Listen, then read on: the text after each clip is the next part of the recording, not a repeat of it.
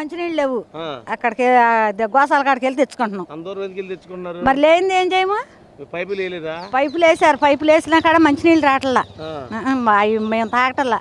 అక్కడ గోసాల్లో ఇదంటే బిళ్ళపాటి గురువు గారు అక్కడ గోసాలు పెట్టాడు, అక్కడికి వెళ్ళి తెచ్చుకుంటున్నాం. ఊరందరూ చాలా దూరం ఉంటుంది.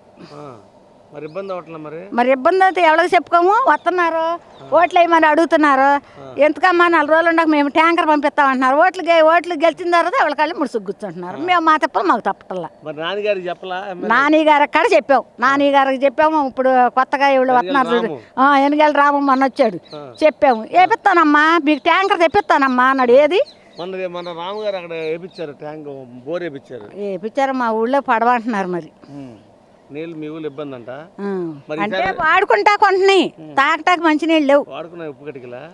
అయ్యో సభగా ఉంటున్నాయి పడతలు అయ్యి అక్కడ తెచ్చుకుంటున్నాం. మరి మీరు ఇన్నాళ్ళు ఇబ్బంది పడుతున్నారు, మరి నాన్నగారు ఎందుకు చేయలేదు? ఏమో ఎందుకు చేయలేదు మనకేం తెలుసు, పెద్ద పెద్ద వాళ్ళు ఉండాలిగా, వాళ్ళందరూ ఏం చెప్పారో ఏంటో సమస్యలు మాకు తెలుసా? మాకు తెలియదు కండి. ఈసారి నాన్నగారు చాలా నుంచి ఉన్నాడు, ఈసారి రాము గారు కొత్త ఆయన వచ్చాడు, మరి ఎవరు వస్తే బాగుంటుంది అనుకుంటున్నారు? రాము అంటే ఎన్నికలు రాము వస్తే మంచిది. ఎన్నికలు రాము వస్తే మంచిది ఎందుకని? అంతే, ఆయన కాడ చూడాలిగా, ఆయన కాడ చూడాలిగా. ఇప్పుడు ఈయన చూసాము, ఆయన కాడ చూసేది.